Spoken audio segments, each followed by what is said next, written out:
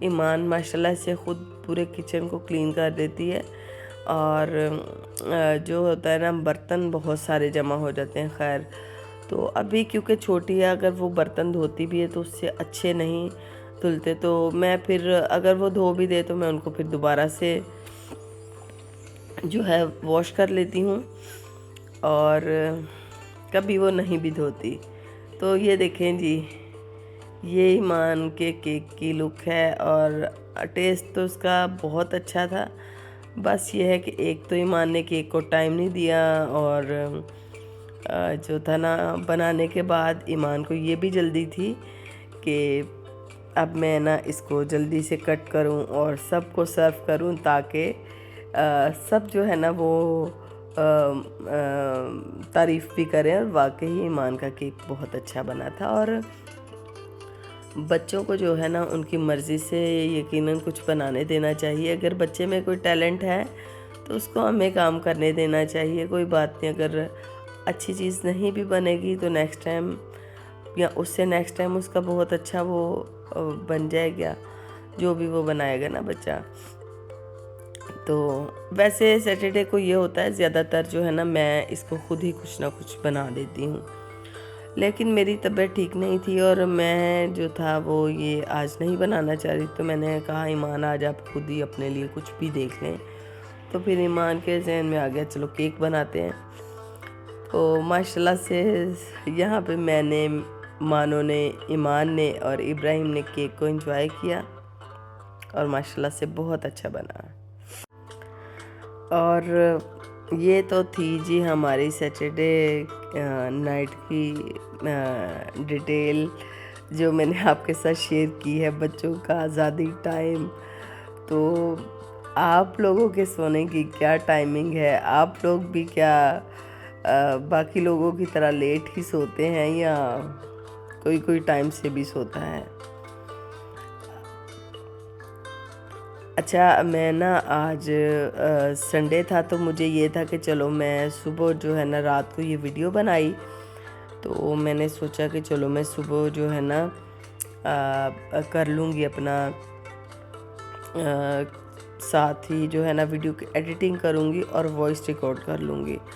اچھا، اس کی ایڈیٹنگ جو تھی وہ میں نے سیٹرڈے نائٹ کو ہی کر لی تھی، لیکن وائس ریکارڈ نہیں کر سکی تھی. اور یہ کیک جب ہم لوگوں نے انجوائے کر لیا نا تو پھر میں نے یہاں پہ اپنے کچن کو بھی کلین کرنا شروع کر دیا. اور کیونکہ ایمان نے مشین وغیرہ جو استعمال کی تھی نا بیٹنگ کے لیے، بیٹر جو یوز کیا تھا وہ بھی گندا ہو گیا ہوا تھا. تو پھر سلیب وغیرہ بھی میں نے کہا چلو میں یہاں پہ کچن کو کلین کر لیتی ہوں. تو میں نے یہاں پہ خیر کچن کو کلین کیا ہے جی. اور اب میں نے سوچا کہ چلو جو ہے نا برتن بھی بہت سارے جمع ہو گئے ہوئے تھے، ان کو بھی واش کرنا تھا.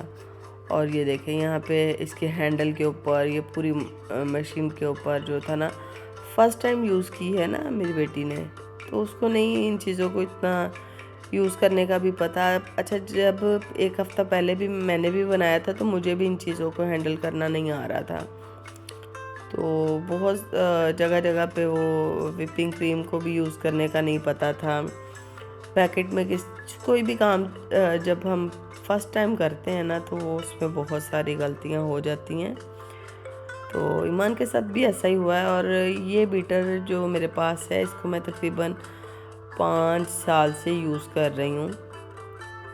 اور یہ کیک کے لیے تو خیر میں نے فرسٹ ٹائم ہی مطلب اس کو جو ہے وہ کرنے کے لیے وپنگ کریم کے ساتھ کام کرنے کے لیے یوز کیا تھا، لیکن اس سے پہلے اور بھی بہت ساری چیزوں میں یہ استعمال ہوتا ہے. تو اس کو میں ہمیشہ یوز کرنے کے بعد نا یوں ڈبے میں پیک کر کے رکھتی ہوں. تو اس کے باقی جو ہینڈل نیچے کے جو رنگ ہوتے ہیں جو چلتے ہیں